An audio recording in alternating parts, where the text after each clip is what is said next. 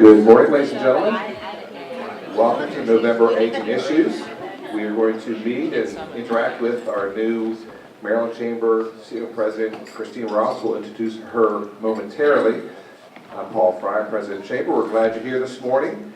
And at all these events, we'd like to recognize if we have our Washington County Business Awards winners, recipients in attendance. So we have Mary Ellen Waltemeyer. She's Washington County Business Person of the Year. Let's say good morning to Mary Ellen. Good morning. Also like to acknowledge our host this morning, Applause Catering. Let's give them a round of applause for breakfast. Are you going to leave the desserts out? All right, good. So I'll make sure I make that a matter of record. And also, we'll hear from Chris Moats in 1 second, but we wanted to acknowledge Kaplan University. They're our event sponsor, and we have Chris Moats, President, Heather Guestford, Business Development Manager, Shannon Cianelli, Director of Career Services, and John Brantley, Director of Workforce Development. Let's say good morning to them and thank them for their support this morning. I wanted to, sometimes I do this at the end, but I'm going to do this now, just plug a couple of our other chamber events because we have some coming very soon, including our 14th Annual Economic Summit with Anirban Basu. If you haven't been to that, it's really an outstanding event with Anirban. He, again, makes economics fun and a little humorous, if you can believe that. It's next Wednesday, the 9th. It's going to be at Fountainhead Country Club.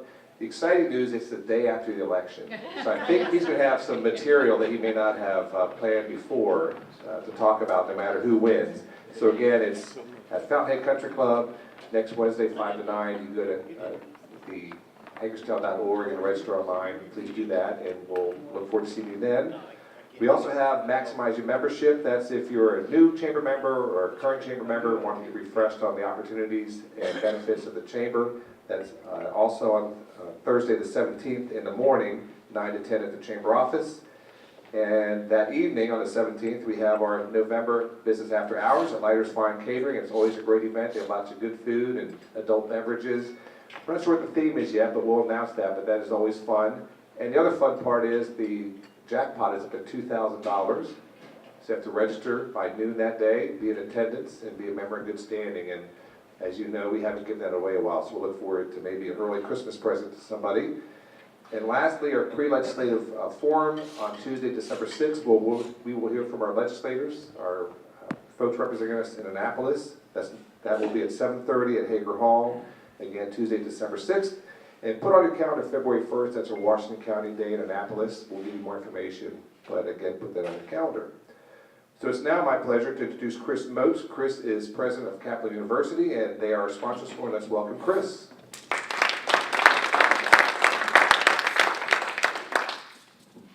Thank you, Paul. It's great to be up with you all this early in the morning, and we're all here because we care about what's happening in the business community, and we're committed to that. And one of the things that chambers locally and across the state are focused on is the state of our workforce. On your tables this morning, we placed, there should be at least one at each table. It looks like an article, and I'm not going to do anything more than just point out that Kaplan University, as a university that is somewhat different in its approach to how it does education and who it focuses its educational product on, is very concerned about closing the skills gap and making our businesses and our communities more competitive by the folks who are working for all of us. And so one of the ways that we're doing that is taking an approach to education that tries to shorten the time it takes for an older adult, a working adult, to get a degree. And we do that in a number of ways by assessing portfolio learning, prior learning. Just to give you an example, last year of the university's 38,000 students across the country. Last year, almost 18,000 students received over 1 million transfer credits. That saved those 18,000 students almost $350 million in tuition dollars. So that's what we're trying to focus, the way that we do education, to close that skills gap, put people into the workforce faster with the skills that they need to do the work that we need them to do for businesses. You also see that we focus the curriculum in a way that, again, addresses what we need them to do in the workforce. And so we're one of the only universities that we know of currently that is assessing professional competencies. You'll see a chart there that lists 7 professional competencies, things like teamwork, leadership, that we're actually assessing in every course in our curriculum. So in addition to a transcript that tells you the grades of a student, and most of us as employers are not as concerned about the grades that students get as can they do the work that we need them to do, can give you a transcript that shows you how they've done in their professional competencies throughout their coursework. On the back, a couple charts I'll point out about how our graduates do when they graduate and get out into the workforce in terms of starting salary, and you'll see it compared there on a chart in the center to universities like University of Arkansas, Florida State, Tennessee, Colgate, Christine Ross, I see your alma mater on here, James Madison University is also there on the list. So you see that we compare pretty favorably with what's happening in the workforce with comparable universities. So that's the plug on Kaplan. We're here to help you and to help your businesses thrive. But this morning we're here to hear about what's happening with the State Chamber, and we're very happy to have Christine Ross, who is the new President and CEO of the Maryland Chamber. And up this way, we don't have as many members of the Maryland Chamber as we would like to have, but Kaplan is a proud member of the Maryland Chamber. We've got a strong representation here from I want to say Allegheny, and it's all part of Allegheny, but Potomac Edison, also a very strong member of the Maryland Chamber. But let me introduce Christine to you. Christine Ross joined the Maryland Chamber of Commerce as President and CEO in July of this year. She previously served as CEO of the Greater Bonita Springs Chamber down in Florida, transforming the 1,000-member organization through difficult times and winning the coveted 5-star accreditation from the U.S. Chamber of Commerce. She's known for her advocacy for regulatory changes to improve business climate and work to ensure quality workforce and education reform, something that's so important to all of us.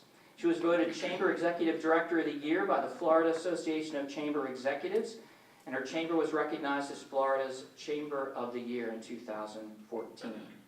She previously served in similar positions in Falmouth, Massachusetts, Williamstown, Massachusetts Chambers, and also was Program Director in the Berkshire Visitors Bureau and is Marketing Director at the Pittsfield, Massachusetts Tourism Council. So she's got a broad experience in serving community as well.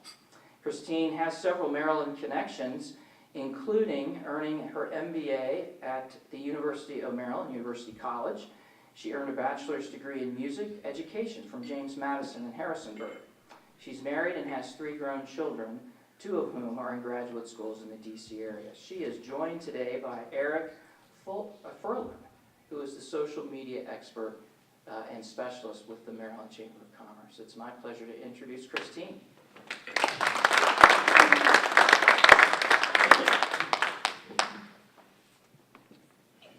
Thank you for that warm welcome, and I want to thank my groupies from Potomac Edison for coming out. I'm impressed with the number. I don't know what you're giving them to be here. Maybe it's more than breakfast.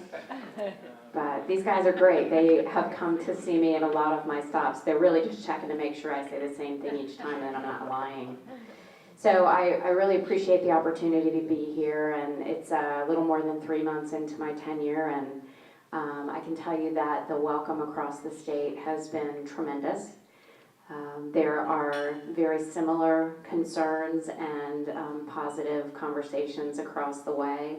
In the more urban settings, people are concerned about transportation, and the more rural settings, you all have transportation concerns as well.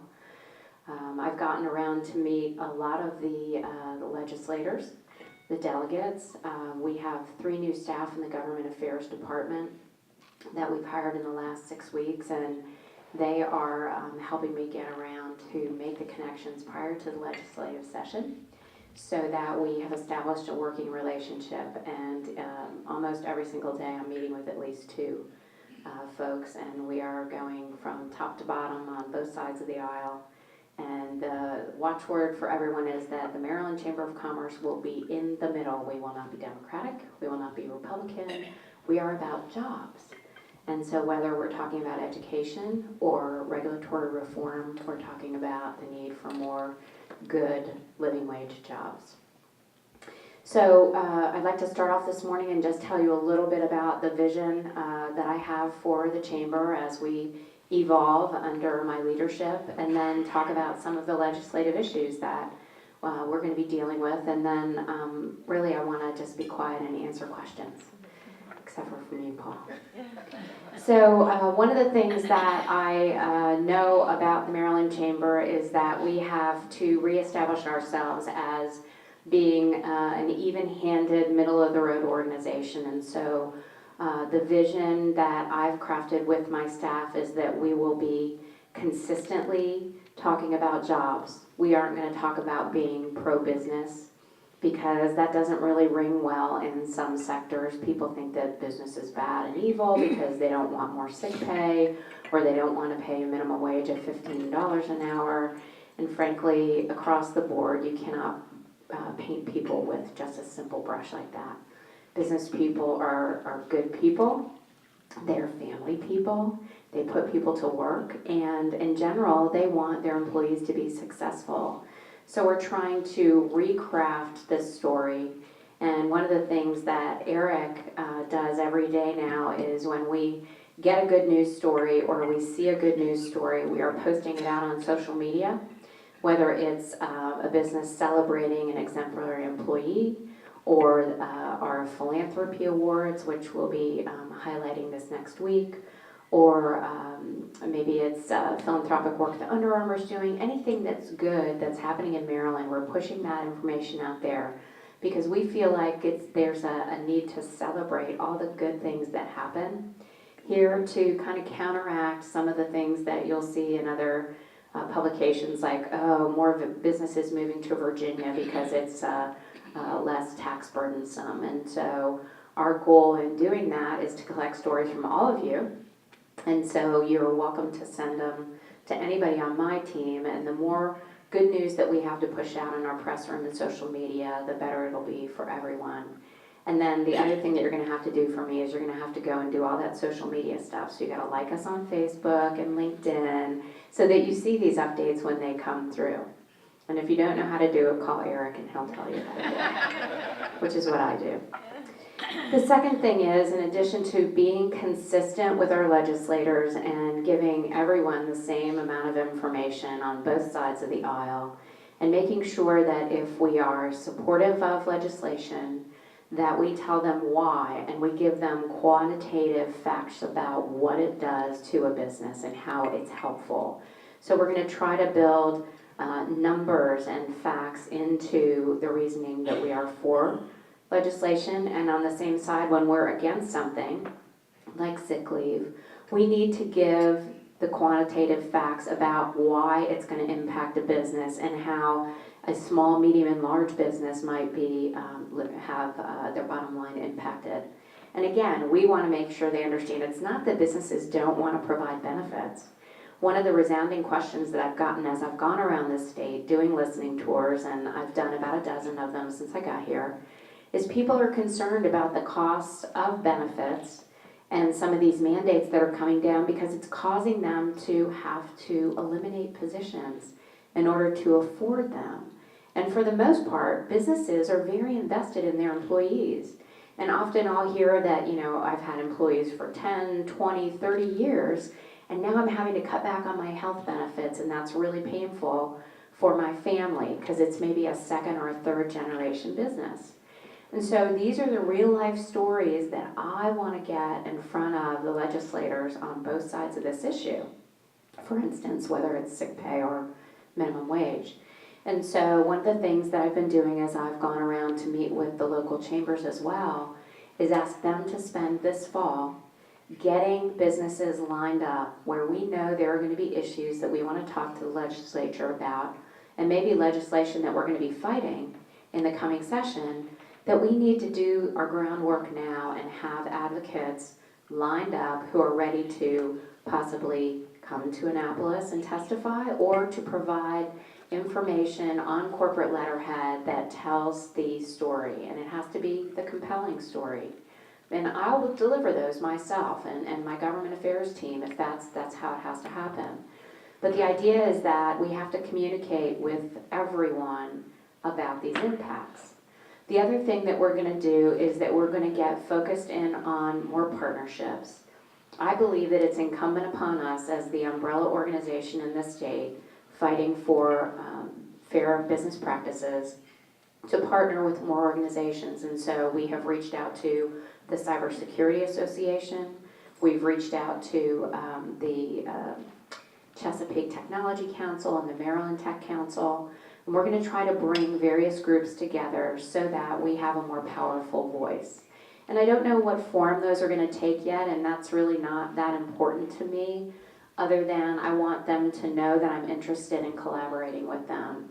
And I think that over time, as those relationships develop, we'll see how much more powerful we can be as we're advocating at the state level. The other thing that I'm doing with my team is creating the story of what it would mean to have regulatory reform. If you have 5,000 regulations, it takes a company a long time to expand or to establish itself in the state. And so if we can streamline and make it easier, that will create more jobs. And one of the things that I want to invite any of you in the room to do, we're collecting stories for the Regulatory Reform Commission. Because sometimes we know businesses don't want to just stand up and say, here's my name, rank, and serial number, and I'm really tired of these 10 regulations. They're costing me a lot of money. But if you tell me, I can write down what those 10 regulations are that are really onerous, and I can pass that information forward as the Maryland Chamber of Commerce. Provide a little cover for the business, but then still get the regulatory reform through that we need. And so that's what we want to do, is provide some cover for the business community to try to get things to be more streamlined. And then when things are easier and government is more customer friendly, you probably want to expand or do more business here. The other thing that we're doing that's very important to me is to reach out to all of the different governmental agencies. So we've been to the Department of Transportation, met with the secretary there. We've met with the Secretary of the Environment. We went to Department of Licensing, Labor and Licensing, and met with an entire team. And when I tell you that they are fairly stone-faced when I come in the room, I'm not being bold to say it. They aren't impressed. They have no appetite or interest in the Maryland Chamber, and I have to convince them that there's a new sheriff in town.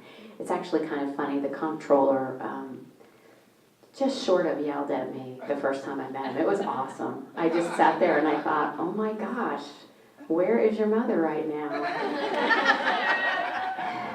But that's okay. I get that people had an experience or they have an opinion, and so I listen and I hear about what they're upset about, and then the very next thing I do is I say to them, it's going to be different, and then we follow through. And a perfect example of this is one of the complaints from Dollar was that they have all of these positions open on different regulatory commissions, and they need people from the business community to help them fix what we're all whining about.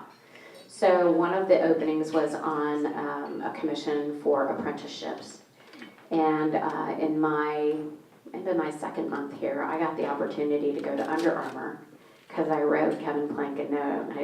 I didn't get to meet with Kevin, but I said, I have 3 sons that went through Pop Warner football, and they all wore your heat gear in the Berkshires of Western Massachusetts, and I just want to thank you for building that product. So that's how I got the appointment. No, I'm not shameless. But the cool thing is that I did get to meet Matt Stanton, who's their Department of Government Affairs lead, and I went around and saw everything, and I got to go to the foundry. And Jason, who runs the foundry, is very passionate about training high school graduates on CNC machines and all different kinds of high-tech manufacturing equipment. And so there was an opening on that apprenticeship commission, and I immediately thought of him. He was excited to be included, and now that person in the business community in a very powerful up-and-coming company is participating and helping shape how that's going to go. And so what we're doing is we put 2 more people on 3 panels now, 3 different panels, and we promise them we will respond to you. If we know, and we know the timeline, what you're looking for, we will get you people. So the first 12 months of my tenure is going to be all about doing what we said we're going to do and responding to requests and acknowledging whatever people are upset about or have felt disappointed about. Acknowledge it and then just fix it. So we're kind of in fix-it mode, except for Eric, he's in social media mode. And you're gonna have to edit this video down, whatever I said that wasn't legal, okay? But this is gonna happen all over, and I spent about an hour and a half with my team yesterday, and I said the most important thing to me as the leader of this organization is that when somebody asks for something, we respond and we get them what they need, and if we don't know it, we find somebody who does, and we make that connection for them. And so that's our commitment to your community. Paul sent me a couple of emails. You know, this guy doesn't sleep, by the way. Paul sent me a couple of emails about sick leave. I'm not sure what time it was last night.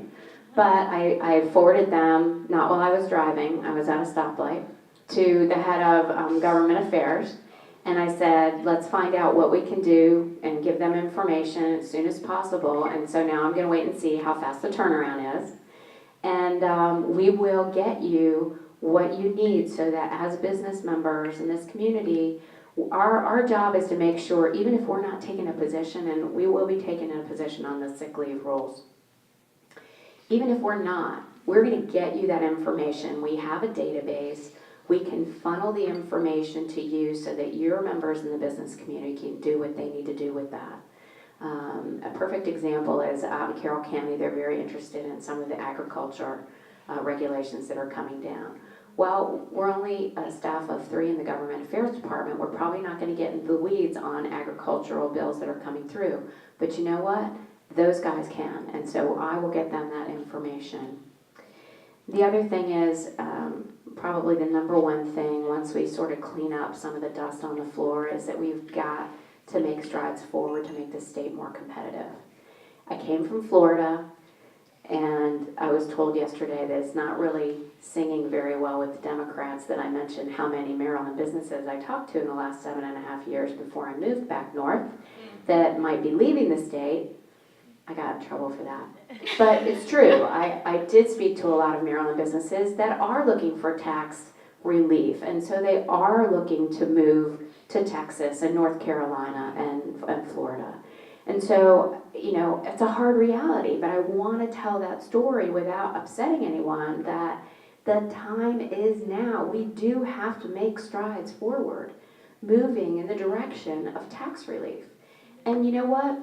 It plays really well when the governor of Florida stands up and says, we have eliminated 4,000 regulations in the last 7 years since he has been in office. That's great. Well, how do you think Florida started getting attention from companies all over the United States when never before would have Hertz ever looked at Florida? Not a chance. But it's happening every day. And so Maryland, when I look at the assets that are here, when I look at where we're positioned on the eastern seaboard, it doesn't get any better than this. We've got Washington on one side, Philadelphia, New York on the other. All of our young people should want to stay as long as we promote them after 6 weeks, right? Anybody see Indoor Outdoor last week? If you haven't seen it, it's on Thursday night. I think I died and went to heaven. It's very, very funny, and for those of you that are over 40, you'll really enjoy it. So it's really important for us to tell the story, and this is part of collecting the good news, but telling these success stories. And so I was reading the New York Times over the weekend. I don't know if any of you saw the story about Marlin, the wire basket maker, right? What a great story. So I email my team on weekends. I tell them they don't have to read it until Monday, though. You read it though, didn't you, Eric? I know. Okay, good boy. So Marlin Wire Basket Making Company was in New York City. They moved it to Baltimore. They only employed 24 people. But the best part of the story is they employed previously incarcerated gentlemen. He was able to go from a job at Popeyes to getting an associate's degree. He is a long-term employee there now. He's making $70,000 a year. He purchased his home. He doesn't ever want to be in the position that he was early in his life. And his daughter graduated from college. Right? So you want to talk about the rehabilitation of someone's life? And he says in the story about how I didn't want to be in that position, but I didn't know how to do anything else. So, to me, I immediately sent that to Eric and said, please post this online, because that's a great story of modernization. They've found a new way to make new product using this wire. They're expanding their business. They do use a lot of robots, but that's okay. They're teaching people skills, and they're taking people who have been rehabilitated by the system and putting them to work. And so that's a great story for us to be able to share during the legislative session when we want to talk about we have to find a way to help reintegrate non-violent criminals into the workforce. Otherwise, how are they ever going to be successful? So it's one of those issues that I heard about on the Eastern Shore, was the need to move to the middle and try to find a way to help people gain good employment. And so it's one of those things that we're looking into and paying attention to. Education is the other piece of what we do that probably is going to be front and center for us. I come to education naturally, my undergraduate degree, but my husband's also a teacher in Prince George's County at an international high school. It's one of two test projects in the state. He teaches environmental sciences bilingually. He's way smarter than me, and he's very patient, although he thinks that he's getting paid to be on stage all day long. So I don't know about that. But the thing is that it's a test program, and these kids, 70% are from other countries and speak Spanish. Some are Asian, some are French. And we're embracing them because we are quite a melting pot, especially around here. And the program is working. And so where you will find us is talking about preschool for everybody, universal preschool. We will be talking about more of the programs like you all have here that are training high school students to go into trades. We will be talking about the program for linemen that Potomac has going on, which is excellent, and I want more people to know about it. But we also need to talk about reform in the education system. And so those are going to be tougher conversations to have, but we will be having them whether we're jumping up front on legislative issues or just trying to convene individuals to talk about this. And an example I'll give you is yesterday I went to see Delegate Madaleno, and my guys in the office said, you know, he's not fond of the Maryland Chamber at all. And I said, great. You guys keep taking me to these appointments with these people that don't like us. Like, how much fun is that? So we get in there, but the one thing I know is he's passionate about education. So that's my opening, because our house, thank God I'm not taped, but I mean, we have these fabulous debates about what's broken in the education system. And I was able to connect with him in a very significant way because he's actually was on a national commission that came out with a report about reforms that were needed and how we should have more technology training in all of our schools. Well, I'm of the opinion that every single high school in the state of Maryland should have a Microsoft certification program, an Oracle Academy where they can learn to code to build websites, and software development programs. Well, I can't wait. The kids all know how to do this stuff. We're just not providing them with the format to get that certification, and it's available, and it's not very expensive. We probably need to do some broadband out in the western part of the state, but you guys can figure that out with CenturyLink or Verizon or AT&T. But for me to talk about how important that is, these kids can come out of high school and get jobs at $50,000 a year with a simple Microsoft certification degree, and we need those workers. all over the state. And what I want to say to the parents that think, oh no, Joey or Susie have to go to college, you know what? Maybe they'll go to college in a little while, in a couple of years, and maybe they'll go part-time at Kaplan. And maybe they can pay for it as they're going so they don't have this crushing amount of debt when they're done. So, there are many ways that education will come to the fore. We're probably going to create an extra committee that is underneath the legislative umbrella to focus on it, because I think that Maryland has the most amazing educational assets, second probably only to Massachusetts. And if we leverage this and make some changes and get the business community engaged in the conversation, I think we can really go far. And that is one of the things that one of the delegates said to me yesterday is, we need to get the business community involved. And I said, well, I can help you with that, because I think they want to be involved. So I don't know whether you haven't been invited, but there will be volunteers, and through Paul, we're going to engage more of you, because I think that the business sense melding with the education system is how we're going to take this thing forward. So beyond that, you're going to find us supporting the Howard Tunnel, double stacking in the Howard Tunnel. We've got to do that. We dredged the port. It's the only one of 2 ports that can take the new super tankers. And I'm not sure if that's the right word for that. Will you figure that out, Eric? Super tankers, the big ships, the big boats. And so it would be a sin to have dredged the port to accommodate that and then not be able to get the product through. So in order to revitalize that area down there, we really want to see that happen. We also want to see a mix of clean manufacturing. I think there's got to be some of those jobs brought back to the inner city in order for that area to recover from what happened when the steel mills closed. So we'll be talking and trying to learn about how we can help make that happen.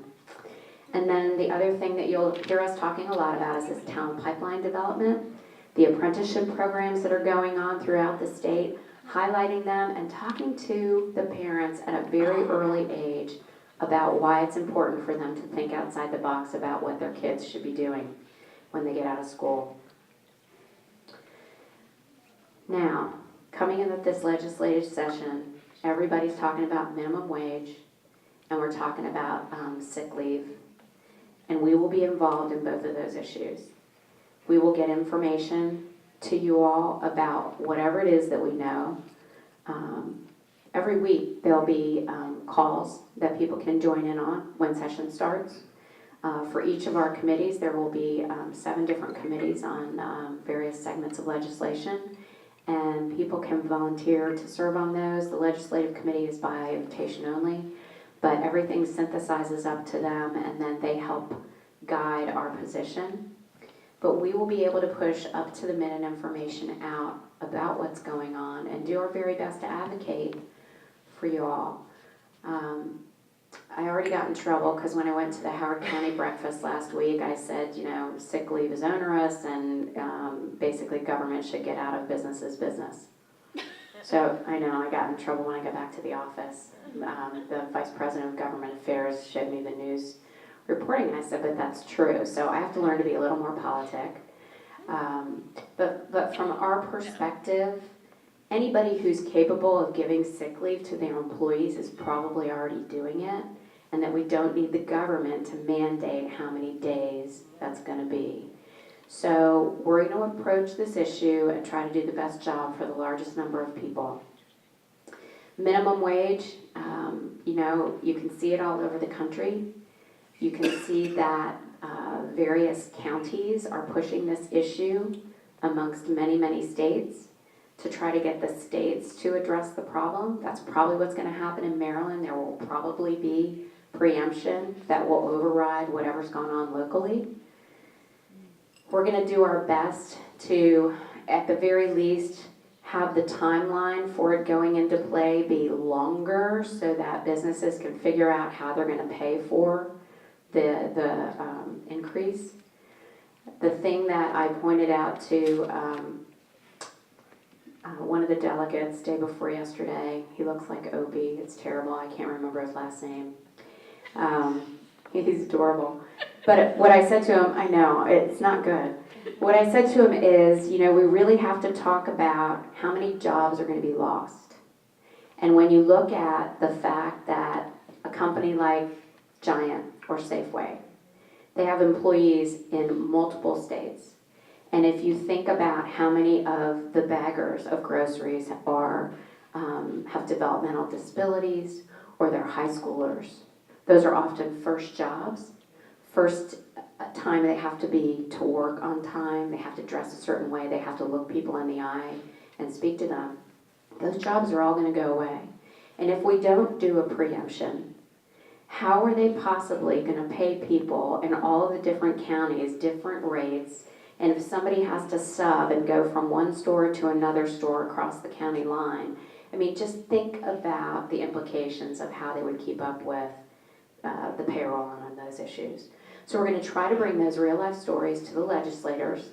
We're also going to try to provide them, whoever's on the opposite side of the issue with us, we're going to try to provide them with questions to ask the people that are testifying that we've handed them so that they can get the answers on tape that they need about why it's onerous.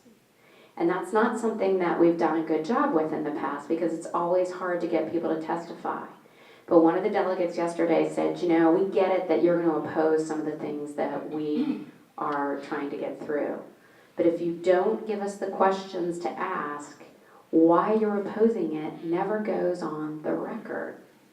So that was an interesting strategy that she let us in on, and of course we're going to jump all over that. So let me stop with those comments and hear about what's really important to you all that we can do as a state chamber to make sure we're making life easier for Paul and his team and for your local businesses.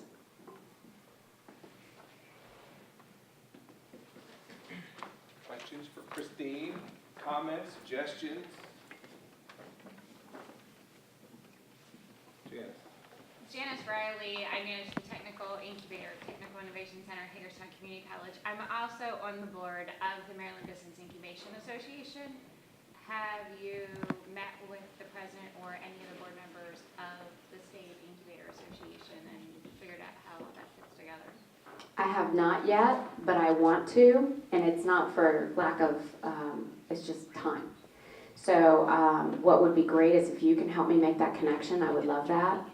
I have gone so far as to ask the Department of Commerce to do an asset map, because one of the things that I recognized after I started traveling around is there are incubators all over the state. There are universities specializing in different segments of training students to go into these various incubators.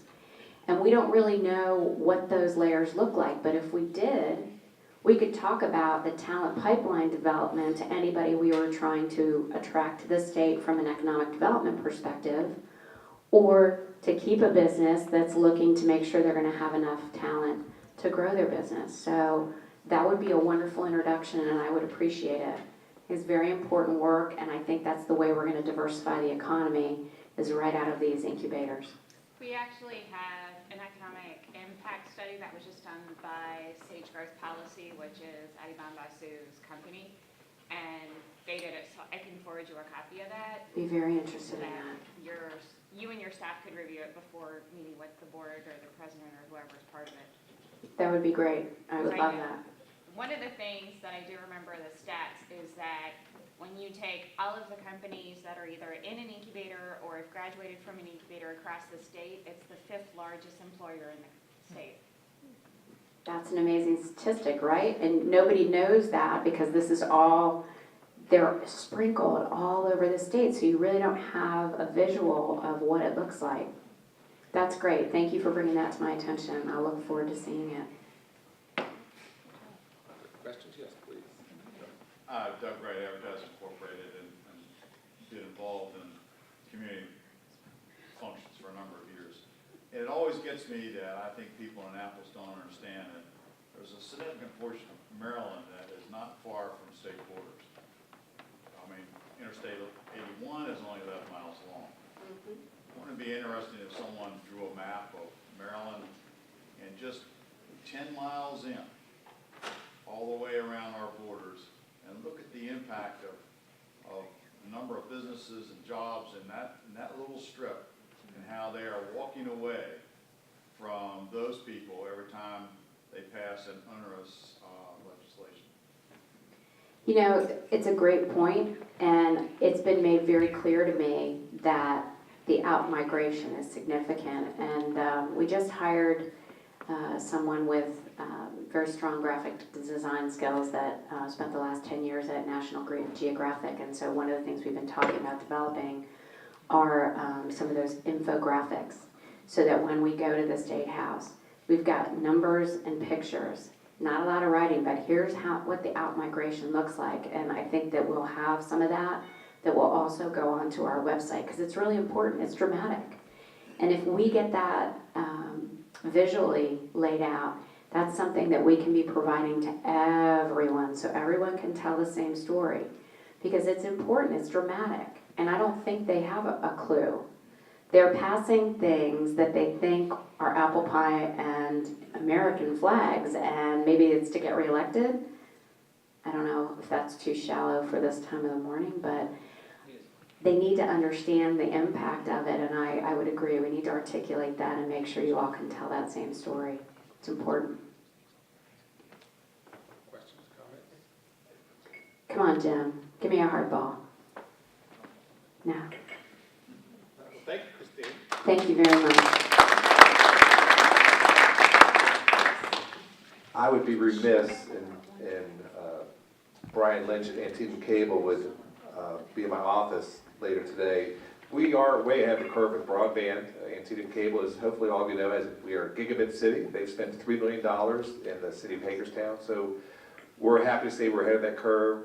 We're also, I think, working in great partnership with our education folks, with Dr. Wilcox. He sits on our board, and we have a number of events with them. So I think we're doing a great job here in Washington County. We're glad to hear in Maryland that you're working on those things.